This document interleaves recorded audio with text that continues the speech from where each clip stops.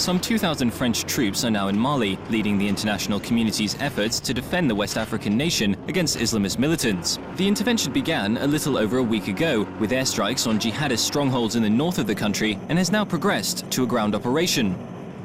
The latest reports suggest government forces have retaken the town of Diabaly in central Mali, though the Islamists' guerrilla tactics mean the situation remains precarious, as one Malian army colonel explains. You know, the war against Islamists is not easy. They have mixed in deep within the population, and slowly, certain elements of the population will adhere to their cause. That's what makes war difficult with these people.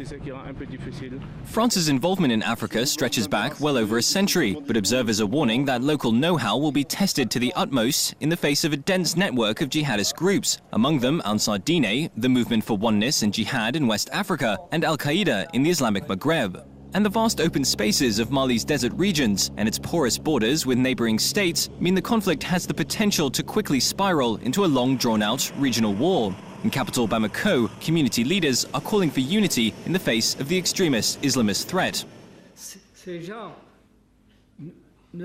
These people want a no-man's land to conduct their operations. These people do not want a state.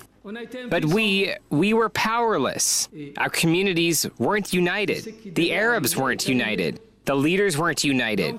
Despite the fact that each of us individually, we were all saying no.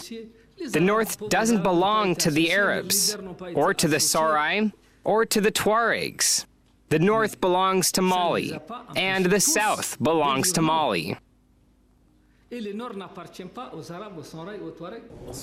On the diplomatic front, France has stressed that African nations should be taking the lead in the fight for Mali. West African leaders have pledged to send a joint force of 5,000 troops, but their plans have been held up over requests to the UN for financial and logistical support.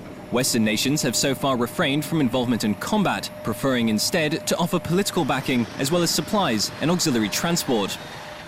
French President François Hollande says he'll fight in Mali for as long as it takes to vanquish terrorism. But the northern Islamist-controlled half of the country occupies a landmass greater than that of France itself, and it is currently the biggest al-Qaeda-controlled space on the planet. 1 week on from intervention, the joint French-Malian force appears to have made gains and driven the Islamists back. But this may only be the start of another long and complex incursion by Paris into the African continent.